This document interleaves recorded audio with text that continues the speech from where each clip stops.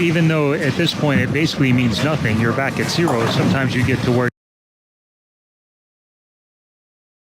you feel like you're defending a lead versus attacking and going after it. And so it'll be an important mindset for him to get over against a very, very good and talented player, Dan McClelland. And here in just one match, actually, anything can really happen. You want to be able to get off to a good start. Yeah, certainly. We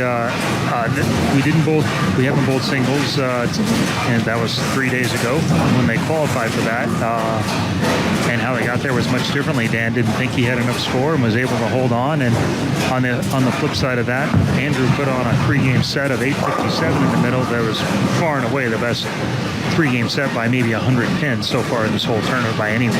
So obviously these two have adjusted to the lane conditions a little bit easier than some of the other competitors. They certainly got there first. But as it's continued on, I believe they're both in the top 3 in all events overall, with 3 games left to go in team event. And so their prowess that they started with has continued on throughout the events. I'm sure maybe you can't answer for some of the other teams, but for Team USA, how far back was your preparation for this year's World Championships? Well, the teams were selected back in January, and then we have a camp. It's such a big. We're not set up quite like some of the other teams, but we did have a team camp 2 months ago, and that's where the teams were selected. And we did a lot of the groundwork, a lot of the teamwork, and a lot of the team building that goes into this event. But lots of us see each other all year long on the PBA Tour, and once you know you're on that team, there is a camaraderie that exists, even when we're competing against each other throughout the year. How important is that support system here with the men's championships we're in? Obviously, you want to be able to play as a well-knit team. Yes, learning how to move off each other, knowing what different players' personalities want to see when they're struggling and when they're succeeding is a big part of how teams are built and how teams are successful for a long time. And you've seen that here, especially in Asia, where I think they build it right more often maybe than we do, and where we have kind of a collection of a lot of really good players, but not always the best teams. Okay. It takes us a little bit of time to figure out the right combinations. We actually maybe don't always have the top 5 in the rankings, but over the years, when you add different pieces, you find the best cohesion and quite the best chemistry that work together. So would you rather have a team that you have now? It's a mix of youngsters and some veterans as well. Would you rather have veterans, or would you say it might be a risk just sending a team full of young bowlers? I think most of the teams, when I was younger, my best teams that I played on always had someone who was more experienced. And sometimes that's not always age even, but it's just somebody who's just more mature, a little more comfortable in their own skin. So when things go bad, as they inevitably do, that they're a little calm and they can see through all the traffic and the chaos, and they're the calming influence that gets everybody on task and keeps everybody. Because obviously they've been in that situation already before, and so been there, done that, and they can take that experience now to some of the youngsters. Yeah, and some players are more high-strung than others. Some are, even though E.J. Tackett, for instance, is one of our younger players, his overall demeanor, not much shakes him up. Mm-hmm. So as us older players move on, they're in good hands because they have guys that, while young in age, are plenty mature in experience. As we can see, both our bowlers are way past the halfway point of warming up here. Just the 5 minutes given to them. Checking out both these lanes. They are, and they're kind of trying to figure them out. This was not one of the pairs used in the team event earlier today, so they've been sitting all day. I would expect them to hook a little bit more down lane than maybe what we came off of. And obviously this 5 minutes is not going to be enough to be able to really see the kind of lane conditions they're faced with. No, you got a little bit of trying to get loose. You got a little bit of both players already are having more success on the left lane than they are the right lane. This right lane, I've seen 2 or 3 shots already miss the head pin going to the right. I would expect, based off that, Andrew may start on the right lane and let Dan finish on that tougher, what appears to be the tougher lane right now. Let's see if he's going to go with that strategy. And how big a role do these 2 coaches play Because they've been actually looking at the lane conditions while the bowlers were going through it. Well, it depends on the relationships you have with your coach. There's actually a recent coaching change with Team Canada, and so they've had less time to work together, but that doesn't mean that they're not friends already. And what's happened up to this point, how that's going to play in. Our coach has been around Andrew through Junior Team USA, and they have a little bit more of a relationship, I think. And so there'll be some sounding board back and forth. So Dan McClelland is going to start out. Not a terribly big surprise to me for a couple of reasons. So he'll throw the first shot in the left lane, and at that point, both players will throw 2 frames in a row. With Andrew bowling in the right lane, then the left, and then Dan following him on the right, and then the left lane. So would you say you like that strategy coming from Andrew, because he did have the choice being the higher seed? I do, based off the limited shots in practice. I thought he had a better look on the left lane. So did Dan, and so that makes it a pretty easy decision. You're going to make him finish on the lane that he didn't like as much, and you're also finishing on the lane that you liked more. Very good point. Let's see if it works out to his advantage. It's one of the few advantages you have from the top seed, and at this point, after that, it's game on. So ideally, we get out 2 good shots early and try and get a double and an early lead. He's going to start out with a spare here in frame number 1. Now we'll see the top seed, Andrew Anderson. This is going to be on lane 36. Andrew Anderson is the reigning PBA Player of the Year. Actually found out just as we were heading out on this trip. We were on the planes when the boat came in, and he actually came over here a day early, do some exhibitions, and so he was already in Asia when he found out. So you can see, obviously, he is in good form. He's going to leave the 10 standing there. I think that's a good move. The players, when they've gotten the ball right on this right lane, it's what we call wiggled. It has lost traction, even though it's a relatively short 38-foot pattern, and missed it in the right. So he moved left and left with both his feet and his eyes to try and not avoid that danger zone down lane to the right. Likewise, the top seed here starts out with a spare on frame number 1 as he moves over now to lane 35, which Chris was saying here might give these 2 bowlers some problems. I think the left lane is actually a little bit better. If he's going to get started, it's going to be on this lane. You get a little bit of a nervous shot. Both players missed a little left on their opening pitch, but there's not a terrible large amount of room for error either way.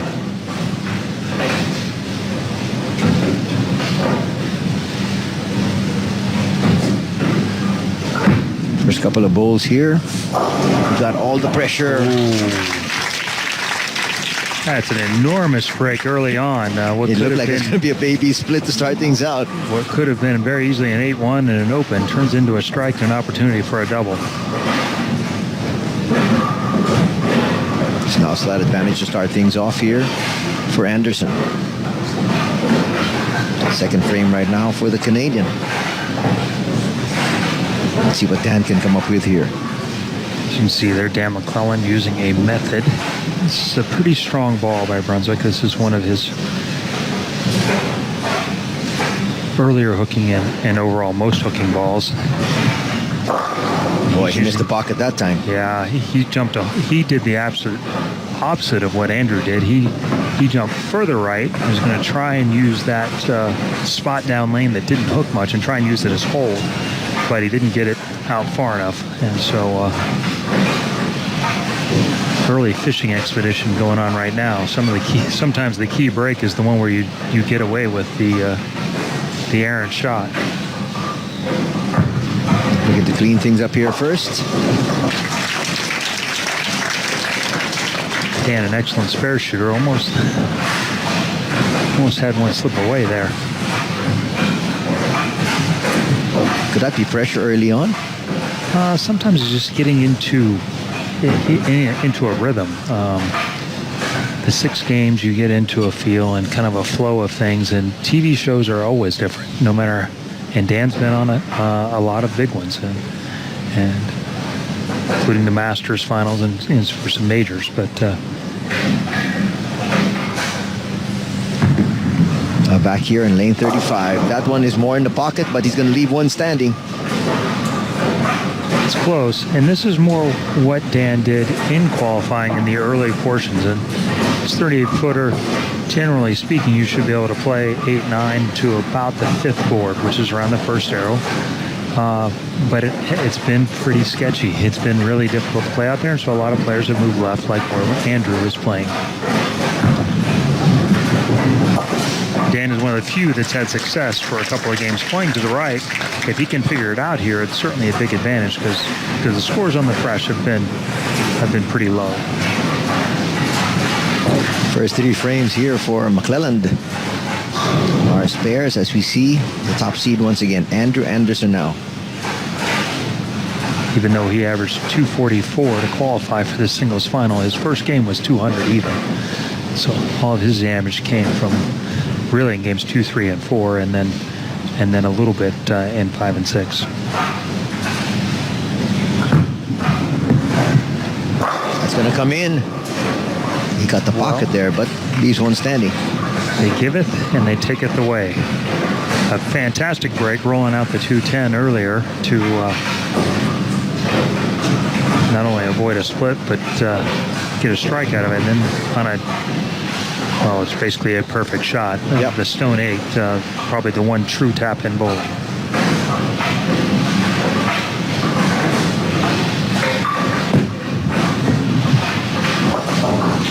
Going to tidy up business there. The fact that he hooked at that spare is a little bit telling, but he's pretty comfortable with what he has ball reaction-wise. As good a spare shooter as he is, generally he would throw it straight at that if he had any question about what the ball might do. That's exactly what I was going to ask you. Because you don't normally see them going that far out. No. And because the pattern is pretty tough, especially in this first game or two, most players are throwing at spares straight. So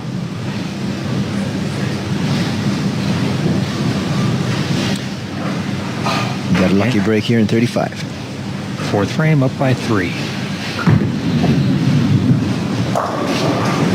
And there's that split that he was trying to avoid earlier. Boy, that's back-to-back bad breaks after one really good one. And unfortunately, one of the things we do say is it's only a break if you take advantage of it. And he's basically not only has not taken advantage of it, but paid for it on the other side on a relatively good shot.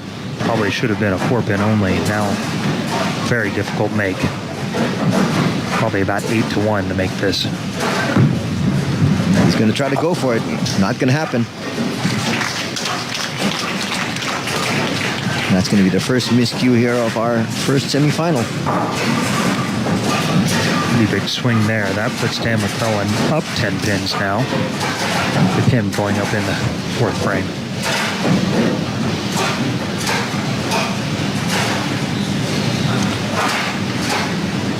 Dan now's got to take control of his emotions. He knows he's got a chance here. Take an even bigger lead once he can finally get a strike. That's in the pocket, but the 10 remains up. Wow. Pretty good one there. That's the hallmark of a great player is he gets an opportunity and throws a really, really good shot there. It did not pay off for him. And how frustrating does that be? Eventually, when you are throwing the kind of balls you want to be able to throw, but the lanes just aren't giving you anything. Well, and wow. Dodged the bullet there. That's when the lanes are this difficult, the most frustrating part is there's not a lot you can really do about it. As the lanes get open up and they go through some transition, you can make some hand position changes, some speed changes, and be able to do that. But right now, they're so touchy that that becomes harder to do. So in a one-game match, everything kind of gets micromanaged, the good breaks and the bad, and we're over a 6-game. It tends to even out. Well, he finally gets his first strike here. Yeah, for Dan, that's 2 shots in a row that both went high flush. He's got an idea, and now he knows for certain what his plan is, and with some good feedback that's the right way to go about it. So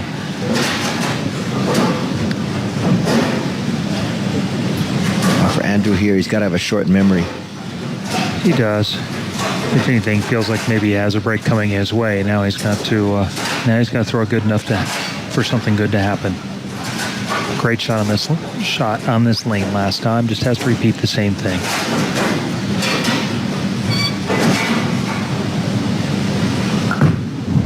Stay right to your fundamentals. That's in the pocket. Perfect. And as you said, Yes.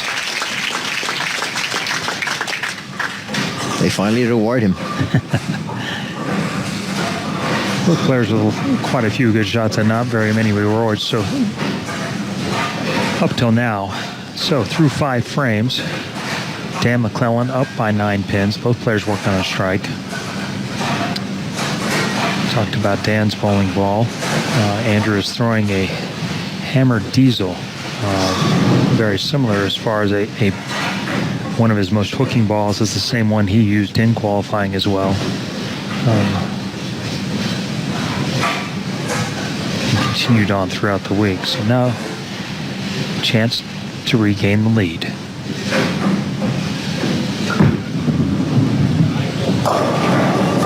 Not exactly smooth there. He's looking to get a break.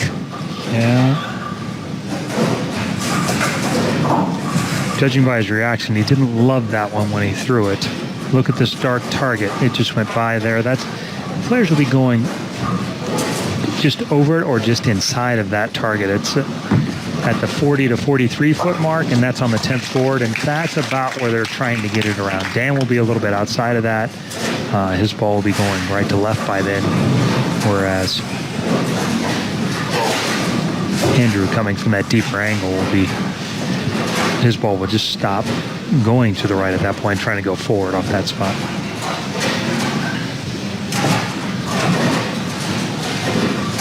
A 9-pin lead, chance to take it to 19 here with a strike.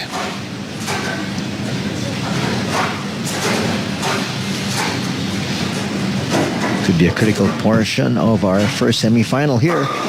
And he gets it. Back-to-back strikes now. Yeah, that's just 3 in a row of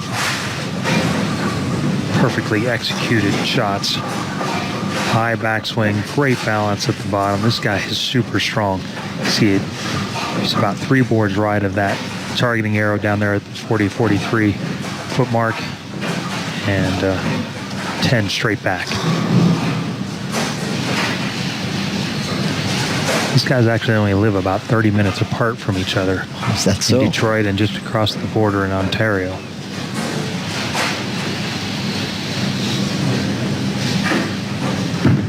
Looking for a turkey here. Does he have it? He does. This is now he's put on him. McLelland. Yes, absolutely. Perfect shot. Rolls right over the 8th board. Sit right around the 7th board down there at the 42 foot mark. Splitting the 8-9.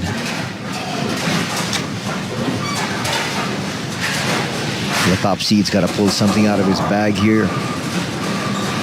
He's running out of frames. Yeah, he's going to have to put a little pressure on and find a way here in these next 2 frames. Ironically, the left lane is the one that's giving him the trouble. It starts here, though.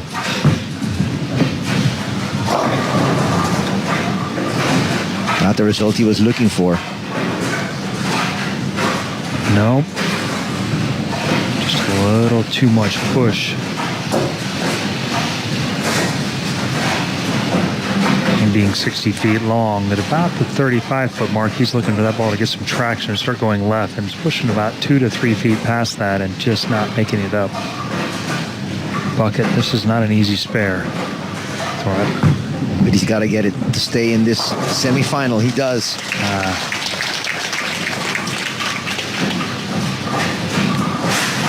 Puts him behind in the count game, though, as well. Now he's down 33 pins. Coming up the 8th frame, he is basically in must-strike territory now to have any opportunity. Max score is 213.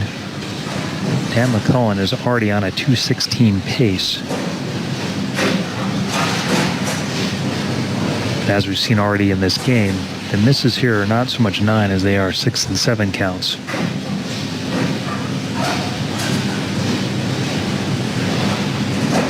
He needs this one. Not a good result once again. No, I think that was a really good shot. That's what he wanted to do. Just posted up. His target was a little bit further left down lane. I thought that one was going to go flush when he threw it. This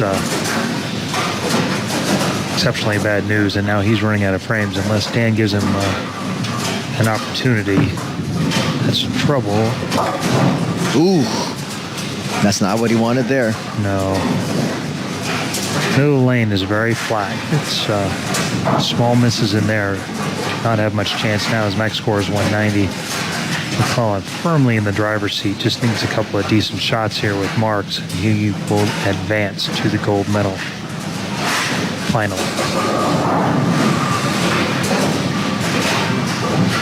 Obviously, Andrew was looking forward to a much more solid showing. Just not happening here.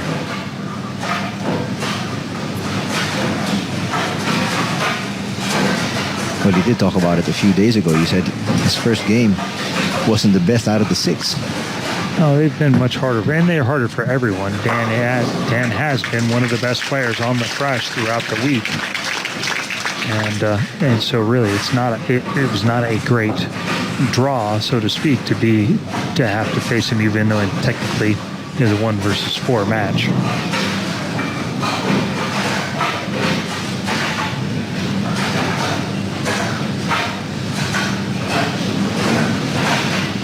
Dan now trying to put the exclamation point as early as he possibly can here, already with a 4-bagger.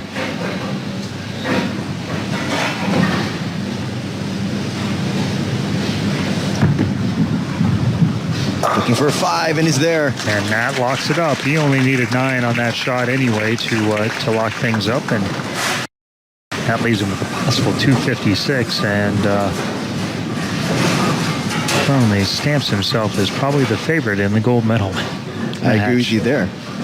No disrespect to the next 2 gentlemen coming up.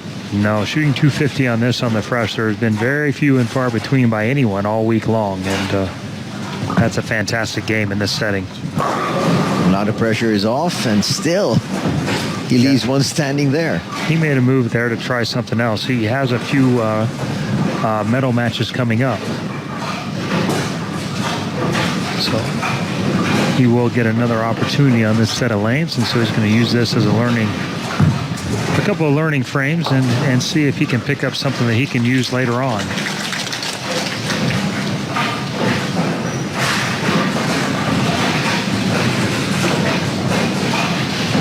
Tough go. He had a few shows at the end of the PBA season while him and EJ Tackett were competing for the Player of the Year before it went to vote, and made some nice runs through step ladders, but was unable to come off with a win in either one of them. So I can see him. He's moving out also kind of on top of where Dan was, trying to see if he can find a little shape out there. Got a Brooklyn there in that one. Now going to urethane ball to see if he can. As you said, just trying to make things up now.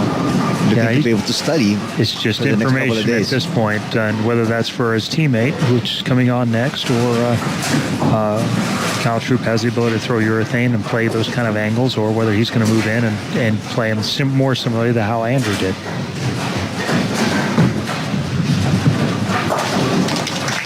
All in all, a pretty well executed game that is not reflected in that 170 score. But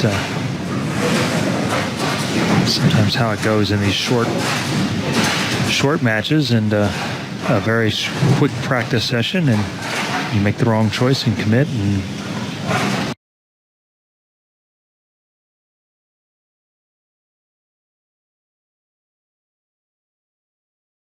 by the time you figure out it's wrong, it's already over. It's too late, exactly.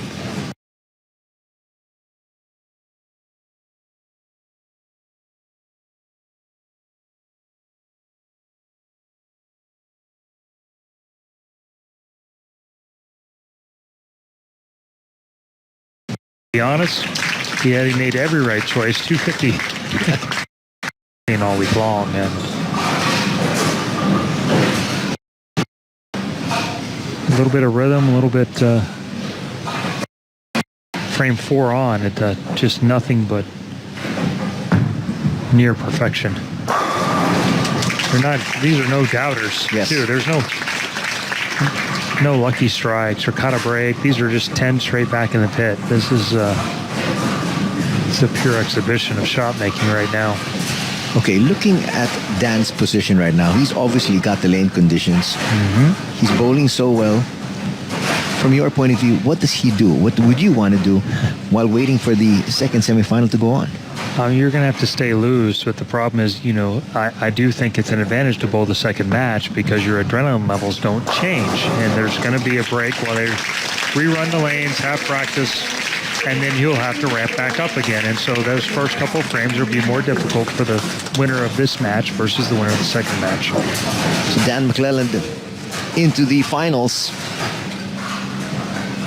And a wonderful showing, especially in the latter part. Started off slow, but in the end, he showed everybody who was the better bowler, at least in that series. 8 straight strikes to finish it off. 9 straight shots. High in the pocket, almost nearly perfect. He has put himself as